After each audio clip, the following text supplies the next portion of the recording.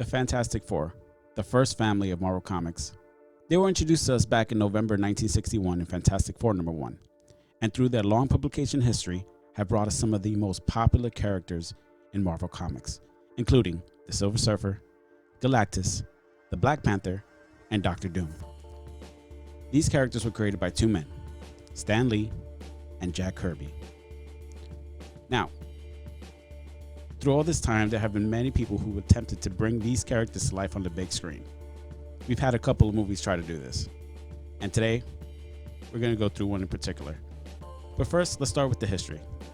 The first attempt at a Fantastic Four movie was back in 1992, a movie that was never supposed to be seen.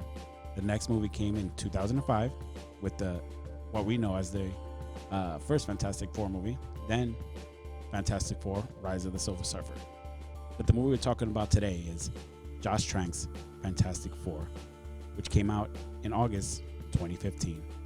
We're going to dive deep into the characters and the history. But first, let me let you know a little bit more about the cast. Toby Kebbell as Victor Von Doom, Jamie Bell as Ben Grimm, aka The Thing, Michael B. Jordan as Johnny Storm, aka The Human Torch, Kate Mara as The Invisible Woman, aka Susan Storm, and Miles Teller as Reed Richards, aka Mr. Fantastic. Josh Trank was tapped to direct this movie. The only other movie to his credit was Chronicle, which was pretty damn good. The studio saw this movie and decided to give this newcomer a chance. So what went wrong? They gave Josh Trank the helm to film this movie. People were really looking forward to it. There were some leaks that happened along the way. But again, for me, myself, I was super excited. I couldn't wait to see the Fantastic Four on screen. But what we got was really, really different than from what the director had in mind. He did post a tweet talking about how, and I'm just paraphrasing here, that the film that we got wasn't the film that he envisioned. So in this video, we're just going to take a quick look and see what went wrong. And also, we're going to check out the original script that they had in mind for this movie, which would have been a little better, to be quite honest with you. It appeared that there was just an issue between the studio and Josh Trank, and things broke down really, really quick. So let's take this deep dive. So the original script for this movie was written by Jeremy Slater. He was the first screenwriter for the film. I'm going to read verbatim what he said this movie was about, and we'll talk about it along the way. So the original idea for the Fantastic Four movie, according to Jeremy Slater, there was about 10 to 15 drafts of the movie. All the early parts of the movie stood the same. When Reed goes to school and he's really a smart kid, he meets Ben Grimm and then gets accepted into the Baxter program in the Baxter building. In the original movie, Reed encounters Doctor Doom from Latveria. In the script, the team will go to the negative zone, and it was supposed to be a movie with some humor and really good action. According to the original script, Annihilus was going to be the bad guy there at the negative zone, and they were going to end up there. He would kill Doctor Doom. Doom, right? Victor Von Doom. Reed Richards, Susan, Ben, and Johnny would all escape from the negative zone and get zapped with like some radiation.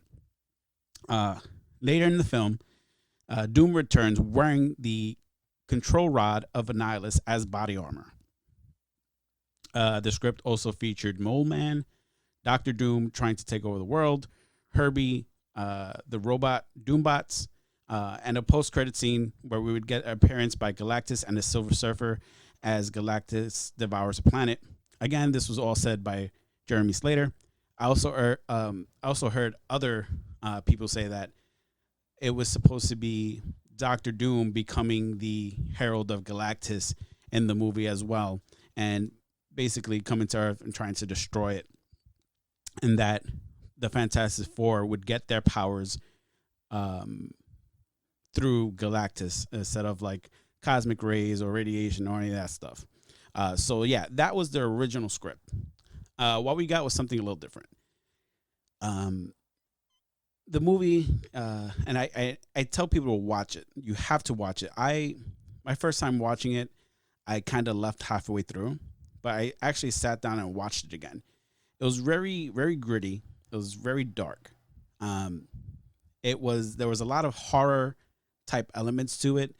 You had kind of Reed Miles Teller stretching his body like while he's crawling through vents. You had Ben Grimm just kind of like it's in this horror looking rock formation, right? Um, and it to me it was very different. I'll say that for sure. But you know, they in the movie you see them all go to I guess it's considered like a different dimension, and they leave Doom behind. He falls somewhere, and in the movie, uh, there was a bunch of interviews done with Toby Kebbell, who played Victor Von Doom.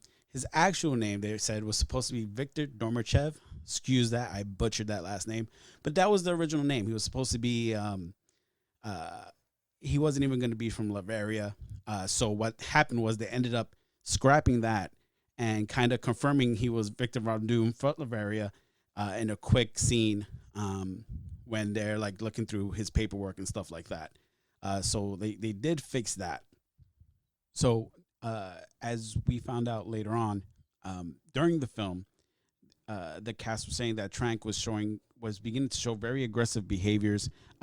He would tell actors when to blink, when to breathe. He had set up a tent over his monitor.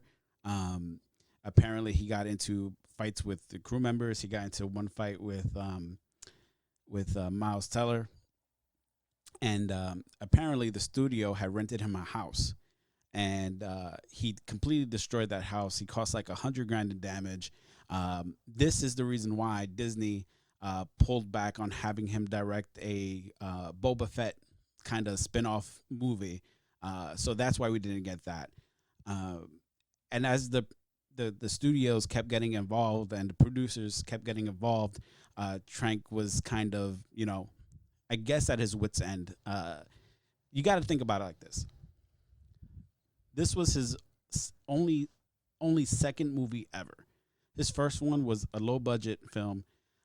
This one had a bigger budget, and according to people, they definitely went over their budget, and then they had to spend more money doing the reshoots.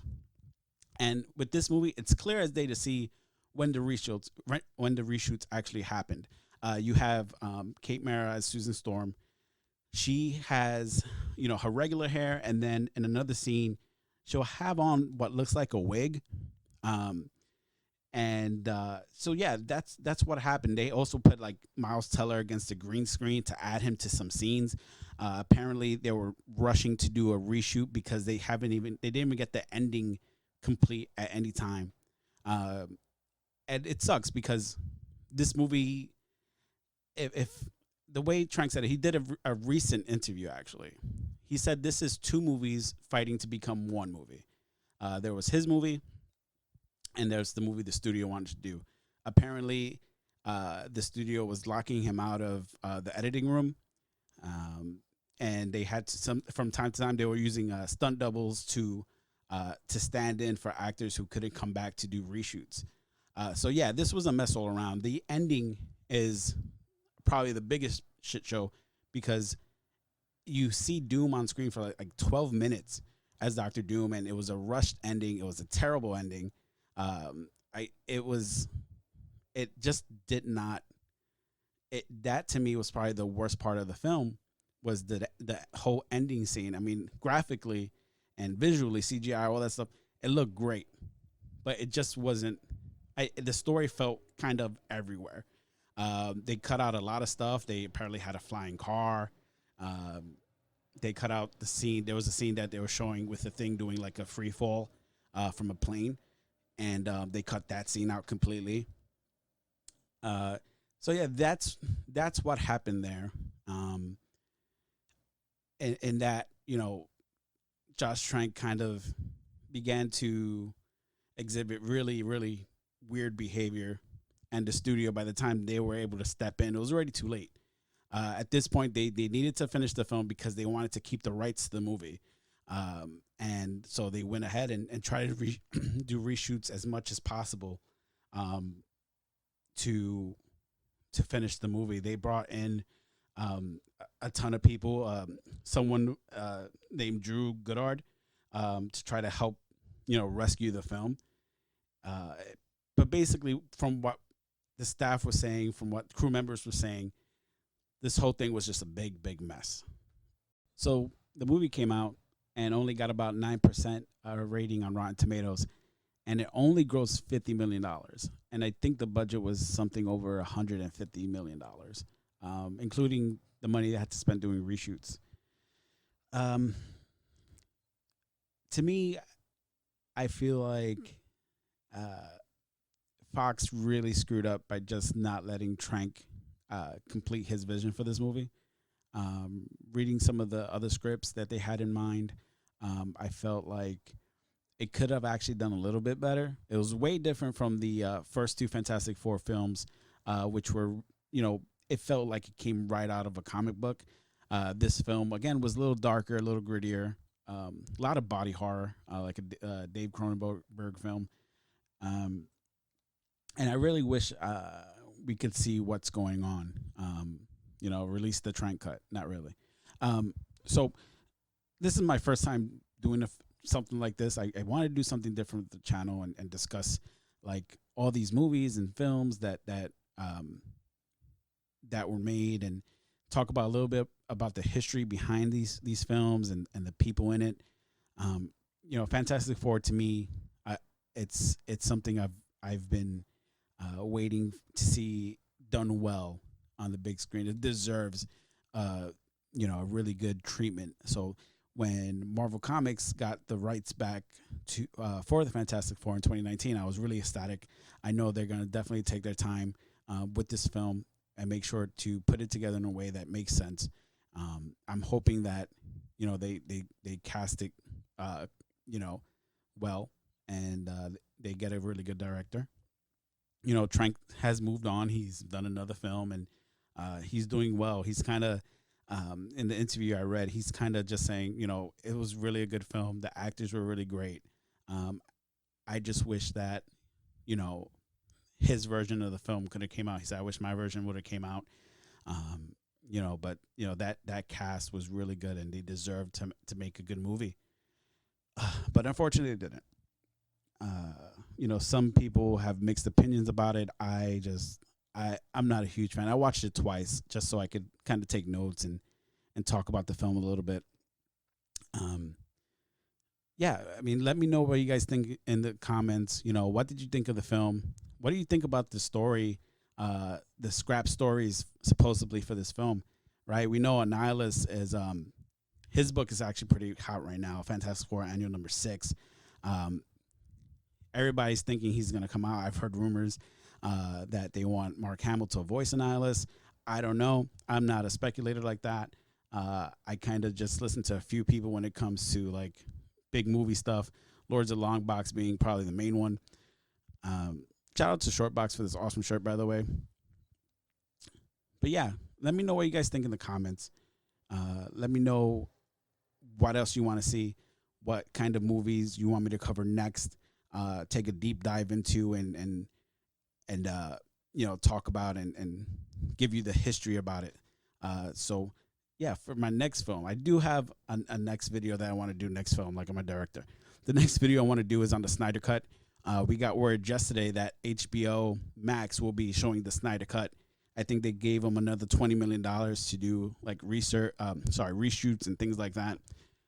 So yeah, I'm going to cover that because that, to me, reading everything that's out there, it's pretty exciting to see what was planned. So I hope that it actually is worth it. Everybody #release the Snyder Cut. I'm hoping that it pays off. With that said, guys, thank you so much for checking out the video. This was my first time doing a video like this. Like I said before, I was really nervous. Sometimes I have a weird speech thing, and I'm very self-conscious of it. I was trying to do voiceovers, and I just can't. I'm not a guy that can read a script well, because That's just not how I am. So I figured I'd do a video. I talk about it like this with you guys.